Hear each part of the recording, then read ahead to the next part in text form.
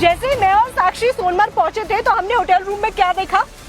AC देखा था और उसका टेम्परेचर सबसे पहले तो हमने तो गर्म किया था यहाँ पे। लेकिन सोनमर्ग में तो एसी ही नहीं था और ना ही था यहाँ पर पंखा, क्योंकि यहाँ पर जो नेचुरल एयर कंडीशन है वो बहुत ज्यादा है। ठंडी हवा हमेशा चलती रहती है, लेकिन हीटर जरूर थे। हाँ, हीटर यहाँ पर जरूर है क्योंकि यहाँ पे सर्द मौसम है। लेकिन अगर बात करें बाकी जगहों की तो सरकार के हाथ में अब आपके एसी का रिमोट कंट्रोल आने वाला है। ऐसा हम इसलिए कह रहे हैं क्योंकि सरकार के द्वारा एक नियम को पास कर दिया गया है जिसमें 20 डिग्री के नीचे अब आप अपने एसी का टेम्परेचर नहीं कर पाएंगे। देखिए रिपोर्ट।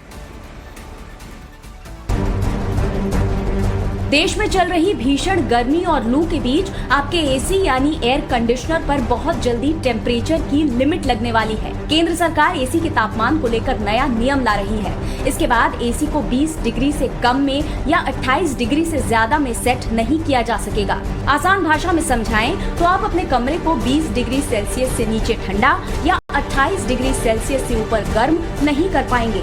केंद्र सरकार में मंत्री मनोहर लाल खट्टर ने ये जानकारी दी। नया नियम घर, ऑफिस और कार में लगने वाले एसी पर लागू होगा।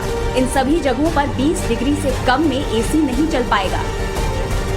हमने अभी डरते डरते उसको 20 डिग्री किया है। इसका एक अनुभव आने के बाद इसको आगे भी विचार किया जाएगा और मुझे लगता नहीं है कि 20 डिग्री से नीचे कोई करके सोता होगा। सर्वे में तो ये है कि अभी भी लोग कहते हैं इसको 24 अभी कर दें, लेकिन कुछ लोगों की चिल्लाटना शुरू हो जाए, इसलिए 20 से 28 उसको नॉर्म्स को हमने तय किया है।